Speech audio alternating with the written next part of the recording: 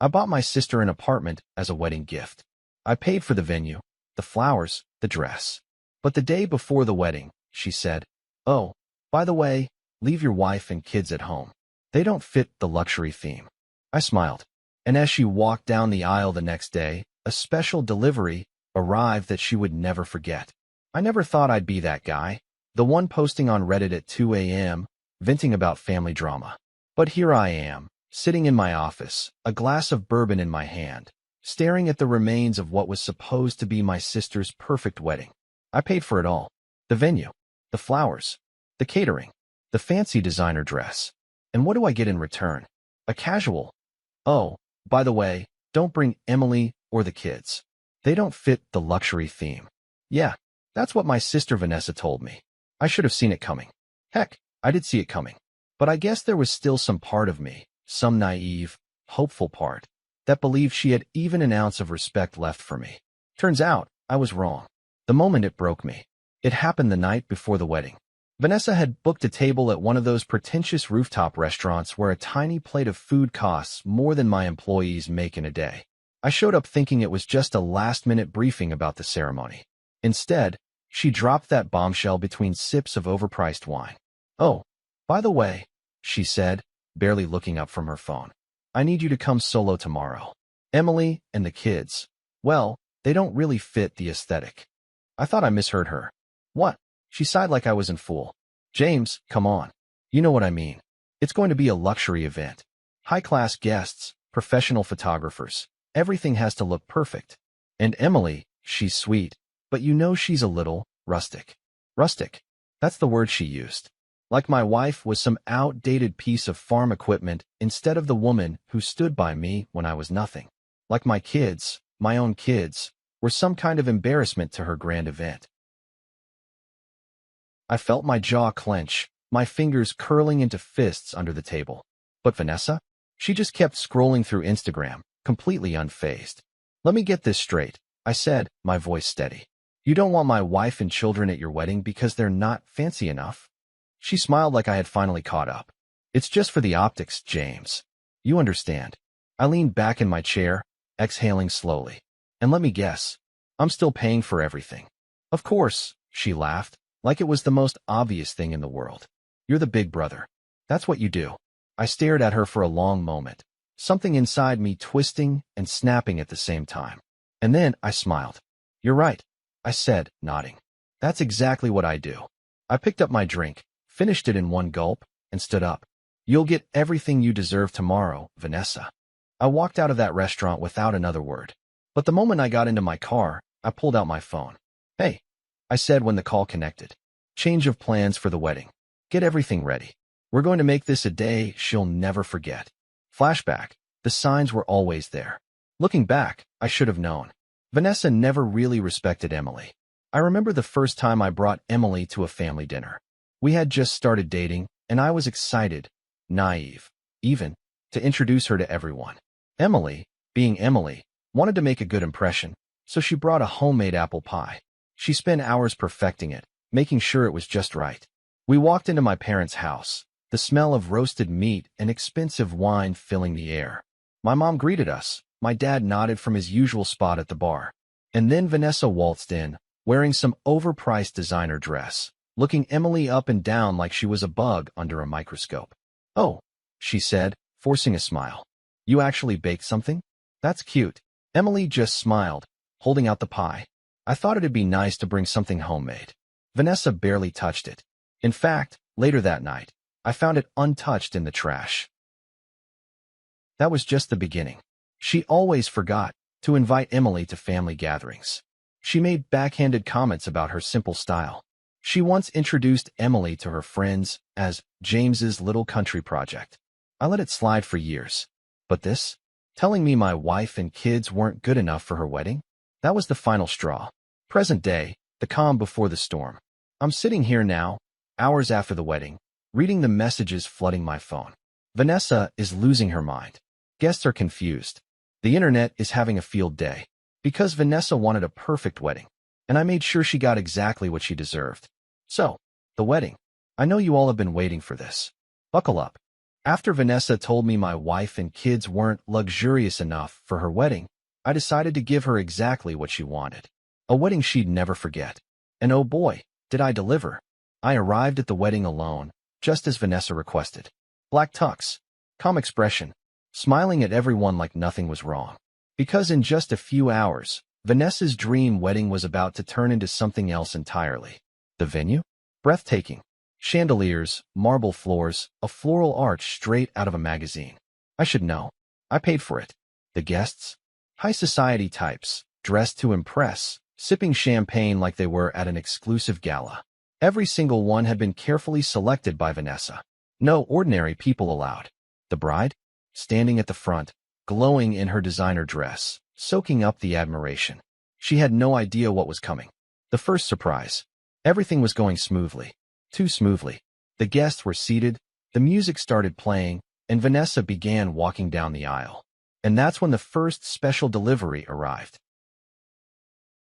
A staff member wheeled in a massive, beautifully wrapped gift box, placing it right in the center of the ballroom. It was the picture of elegance, Tiffany blue with a golden bow, standing out like a centerpiece. Vanessa paused mid-walk, beaming. She thought it was another grand gift from me. The priest hesitated. The guests whispered, "James."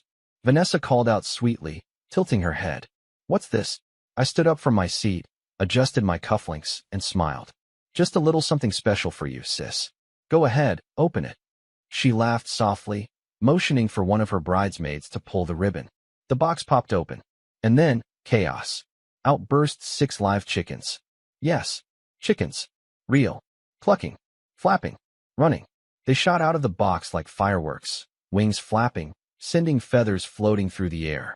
One landed on the wedding cake. Another jumped onto Vanessa's dress. A third took off straight toward the guests, knocking over a very expensive champagne tower. Screams. People scrambling from their chairs. Glass breaking. A guest tripped over a tablecloth, sending an entire tray of hors d'oeuvres crashing to the floor. And Vanessa? She went into a panic. "What is happening?" she shrieked, desperately trying to shake a chicken off her lace train. And me? I was just standing there, watching it all unfold. The second surprise, the big reveal. The chickens? They were just the warm-up act. Because while Vanessa was spinning in circles, panicking over her dress, the ballroom lights dimmed. The massive LED screen at the front of the room flickered on. And then, in perfect HD clarity, a video started playing. It was Vanessa. Every single awful thing she had ever said about me, my wife, and my kids, all caught on audio. Clip 1. Emily is sweet, but let's be honest, she's just a farm girl who got lucky. She wouldn't know real class if it stared her in the face. Clip 2. James is so easy to manipulate. He just throws money at me because he feels guilty for being successful. Clip 3. Honestly, I don't even like kids. I don't want my wedding to look like a daycare. Clip 4. The final, crushing blow. James is ridiculous. He'll pay for anything. Watch me take full advantage of it. Silence. Complete. Silence. The guests stared at the screen. Vanessa stood frozen, her face drained of all color. Her fiancé? He turned to look at her like she was a stranger. Her new in-laws? Murmuring to each other, exchanging looks of pure disbelief.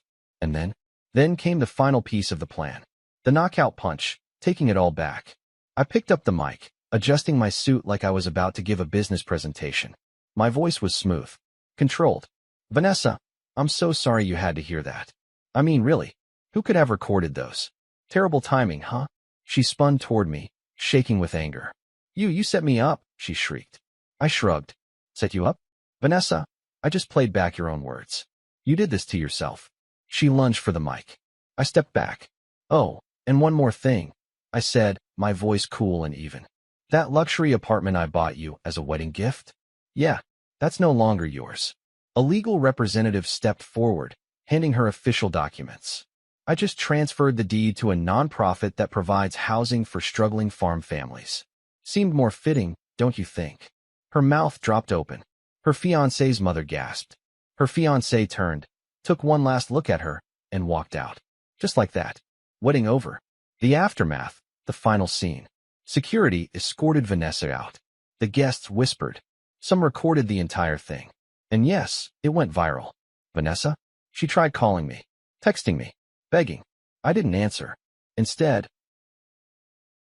I took my wife and kids out for dinner.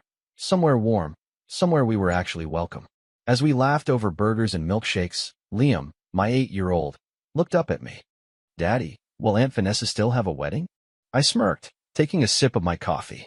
She had one, but it just wasn't the one she expected. I thought I was done.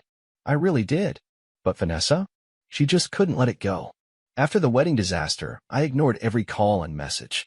My wife and I took our kids on a weekend getaway to the countryside. Just fresh air, good food, and zero drama. But by the time we got back, my phone was filled with hundreds of missed calls, texts, and voicemails from Vanessa, my parents, and even some of her former in-laws. Apparently, the whole thing had blown up online. And Vanessa? Oh, she wasn't taking it well. The internet never forgets. Some of the wedding guests had recorded everything, the chickens, the video, her fiancé walking out, and uploaded it to social media. Within hours, the clips had gone viral. Headlines popped up everywhere. Luxury wedding turns into absolute chaos. Bride humiliated in front of hundreds. What happened? The wedding that will go down in history. Comments flooded in. She really thought she could insult her brother's family and get away with it? Karma hit fast. Not gonna lie, the chickens were a genius move.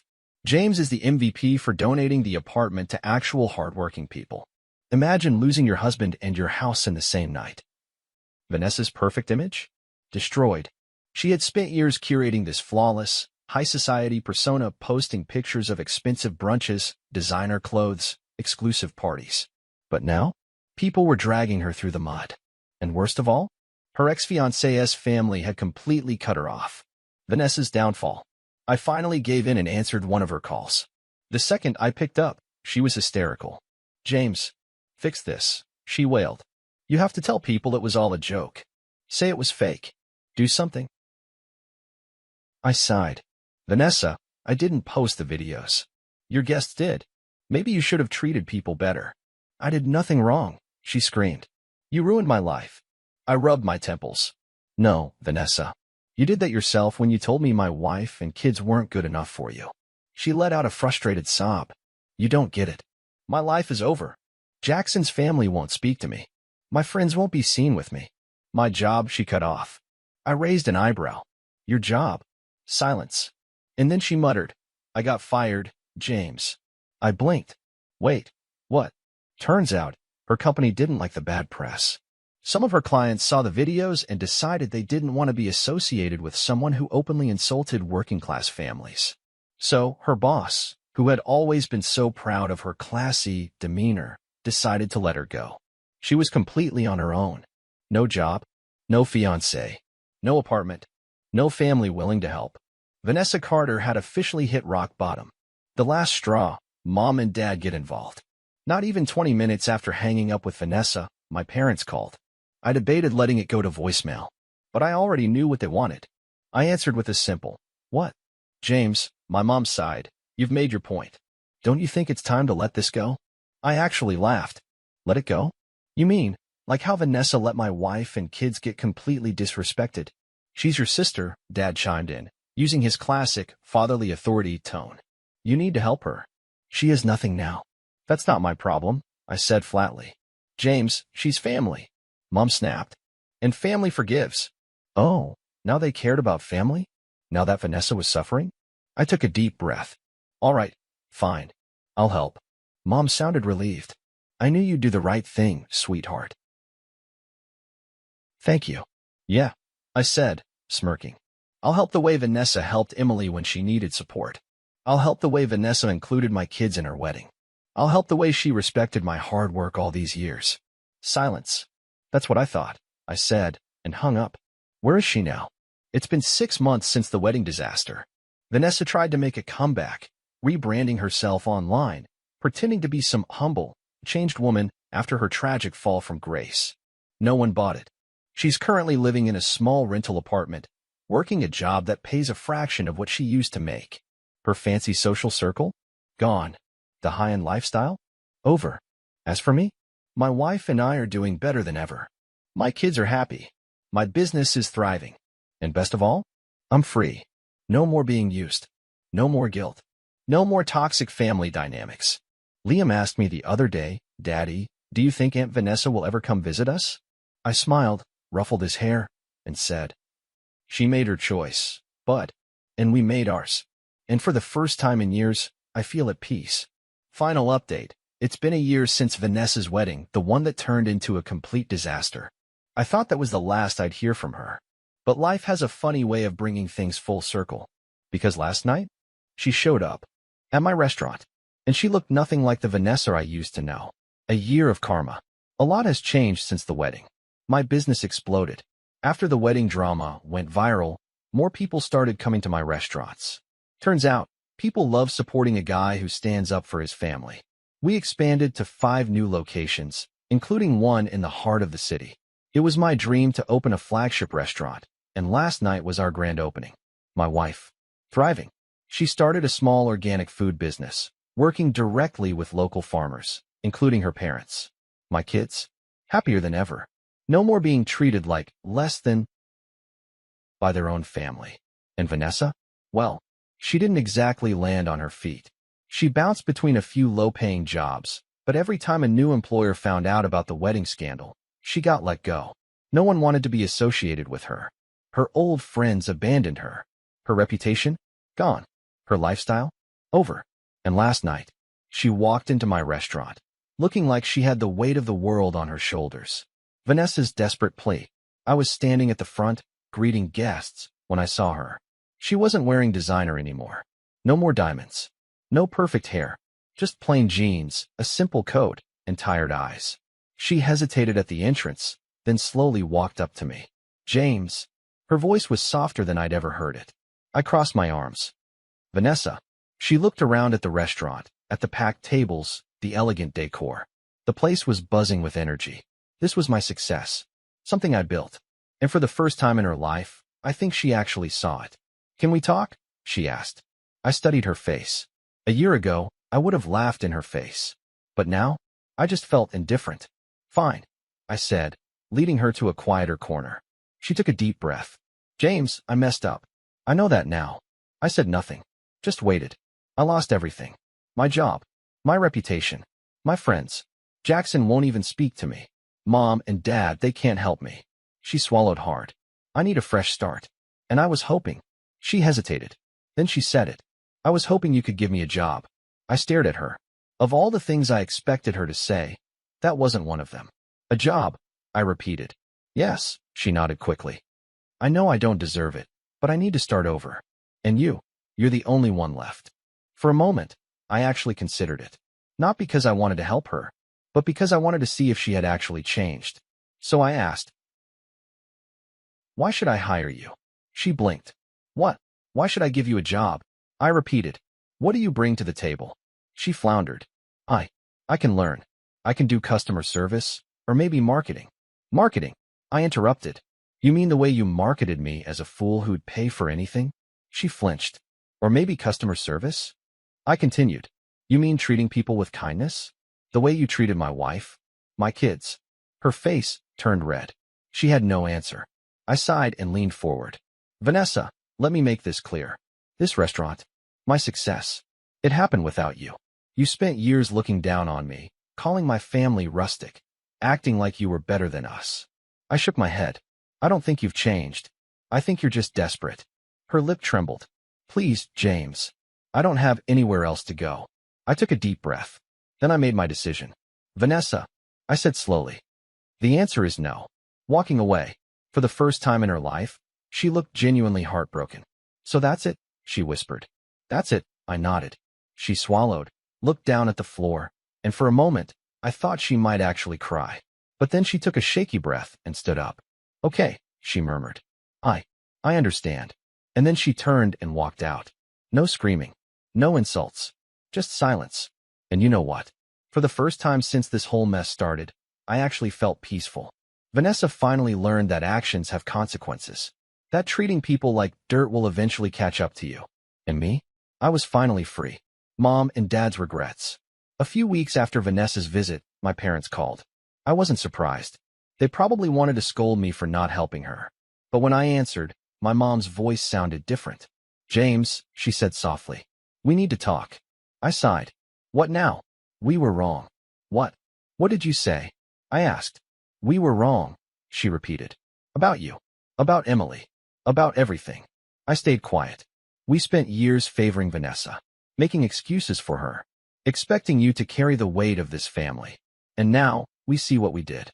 I leaned back in my chair. So, what do you want from me? I asked. Nothing, she said.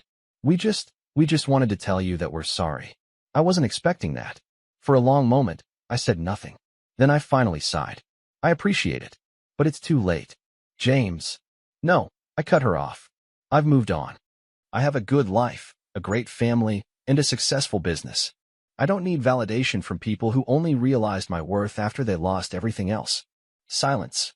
I hope you two figure things out, I said. But I'm done. And then I hung up. I wasn't angry. I wasn't bitter. I just didn't care anymore. Because for the first time in my life, I was truly, completely free.